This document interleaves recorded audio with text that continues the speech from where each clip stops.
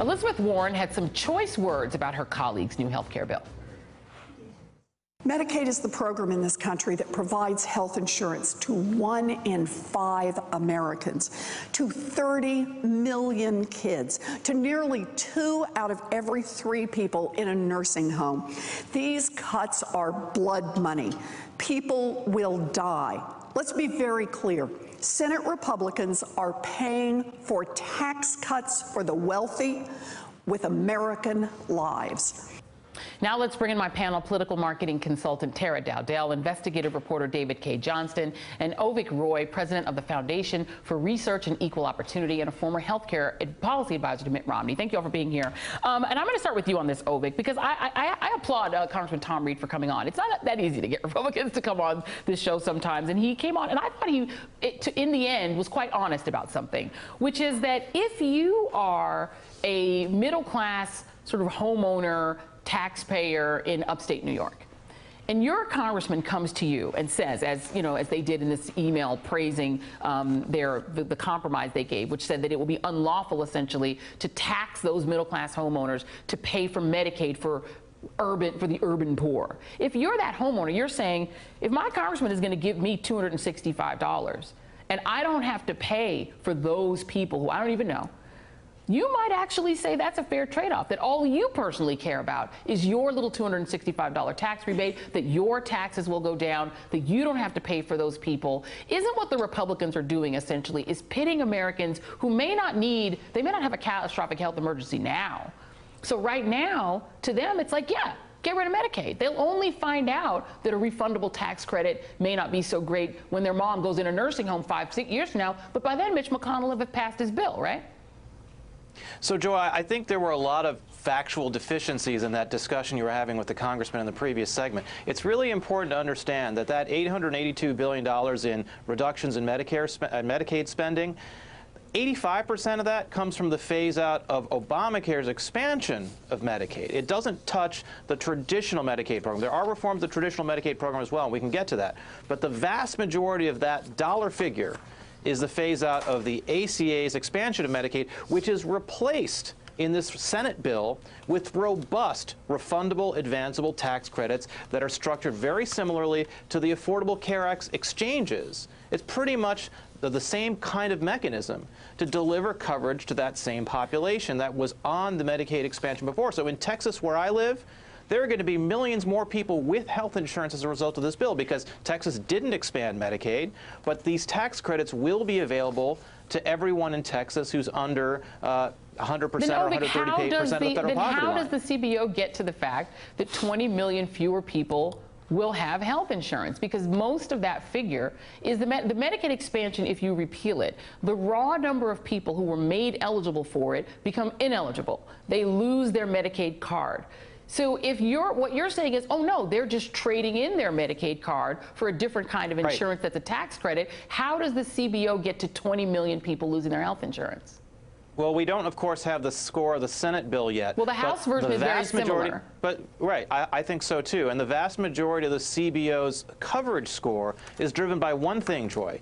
It's the repeal of the individual mandate. Of the 23 million people who supposedly will lose coverage under the House bill, about 18 million of that is accounted for in the CBO's model by the fact that you're repealing the individual mandate, i.e. 18 million of those people are only signing up for Obamacare coverage because they're being forced to by a fine. You're saying 20 million people do not want to be covered by health insurance. David K. Johnston, your witness. That's what the CBO says. No, I don't think the CBO said that, but let's let David K. Johnston respond. Can we step back out of the deep weeds here? Yes, please. And think about health care. You know, Donald Trump once said to me, health care should be like the roads. When you need to use them, you just use them. And we already have a Rube Goldberg machine. Let's simplify all of this. We need to reform health care. No reasonable student of this fails to understand that our health care system isn't a health care system. It's a non-system sick care system. It kills people. It's inefficient. It allows people to game the system. And let me just give a simple number if taxpayers are your concern. We spend 6 percentage points of our economy more than the French, who have the best healthcare system in the world with no out-of-pocket costs, or virtually no out-of-pocket costs. If we had the French system, it would be the equivalent of everybody who makes less than $500,000 a year paying no income taxes. That's how much money we would save. So if tax savings is really the goal here, then let's go adopt the French system and transfer ourselves into it, and we can eliminate the income tax for a little more than 99% of all Americans. The idea that we're going to these tax credits, why are tax credits always the solution to every problem? Why not simply have a simple system? You're an American, you have a card, you need health care, you go and get health care. And then the debate is simply how robustly do we want to fund it? Are we going to make people wait 2 hours to see a doctor or 2 days? And that's a debate that's easy to have. And by the way, you know what, Joey, what's important to know there is... And you know, I have to ask that. I do want to ask that question of you, Ovik, because we've had debates before about other issues. And typically your response to what you would say reforming systems in the country, whether it's healthcare or others, is tax credits, meaning that people spend out the money out of their pocket, I'm assuming, and then at April 15th tax time, they fill out their taxes and get money back? Or are you talking about sending people a check? I mean, why is it that tax credits are the go-to sort of conservative solution for everything? Joy, this is a really, really important point, so I'm so glad you raised this. The subsidies that people get in the Obamacare exchanges to buy health insurance are tax credits. They're advanceable, refundable tax credits. And so why I think this bill is such an advance is just to David's point. I totally agree with him. I like the Swiss model, not the French model, but I agree with him that we have a lot to learn from Europe. This is a system that Switzerland has. What you do is you have people in one system where instead of having Medicaid and then the exchanges where if your income goes up 1 month and then it goes down 1 month, you have to disenroll and enroll in different programs with different doctors and different networks and different copays. Put them on the same system where if your income goes up and down, you're on the same exchanges with the same tax credits. Maybe your financial assistance goes up and down a little bit based on your income, but otherwise you're in one system. That's going to provide better care to these individuals. It's going to allow them to stay with one physician and one set of people who are caring for them. And I think that's going to be a much better, you're going to have much better health outcomes as a result of that continuity of care. So that's one of the reasons this bill is better than the status quo. Let me ask you this one question, Tara, because you're a business owner in addition to so many other great things about you. You're a small business owner, and one of the targets for Republicans, and one of the reasons that I think they're sort of succeeding in pitting different elements of society against each other, right? And the poor and the elderly and the sick and children don't really have, they aren't the most powerful constituency in the world. So they're sort of on the losing end of this battle. On the winning end of it, there's not just that homeowner who's saying, you know what, I want my $265. I don't really care what happens with those people far away from me. But you also have business owners who, the one place I will give Ovik, that I will agree with Ovik in some of those 20 million that would lose health care, is that I've talked to small business owners who feel, and it is a burden on them to have to provide health care to their employees. So if you have somebody who's got 20 employees and they don't want to have to foot the bill under the Obamacare mandate, they in theory could free 20 people, in their mind, free quote unquote 20 people, because they won't have to pay for their health care. So isn't that what is happening here? It's pitting people who may not want to do this, they may not want to provide this care to their employees against people who need it. Right.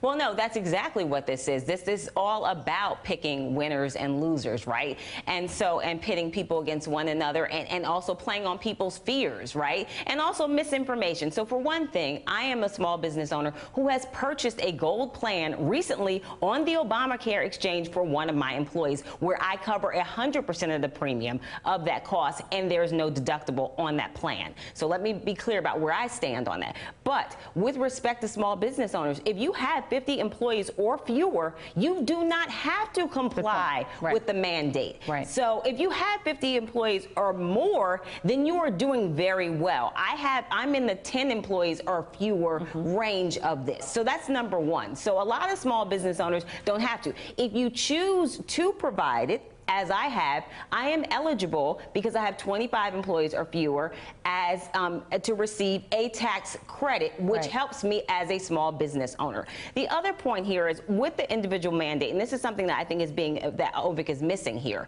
When you take away the individual mandate, what's going to happen is healthier, younger people are not going to sign up. That is why it was put in place. So by definition, costs will go up without them helping to subsidize those sicker people who will need to sign up. Yeah, I mean, it is a great debate, and I think we should bring you guys all back and do it again. But, it's kind of hard to get around the data that's coming out of the CBO that just says empirically, Ovik is saying it will be 20 voluntary people who would get off of health care. But you're talking about Medicaid that I don't think there's anyone who's on it that wants to lose it. But, you know, we can continue to have the debate, and I appreciate you guys doing it. Tara Dowdell is going to be back later in the show. Thank you, David K. Johnston and Ovik Roy. We'll bring you guys back. And up next, the Pelosi blame game. Stay with us.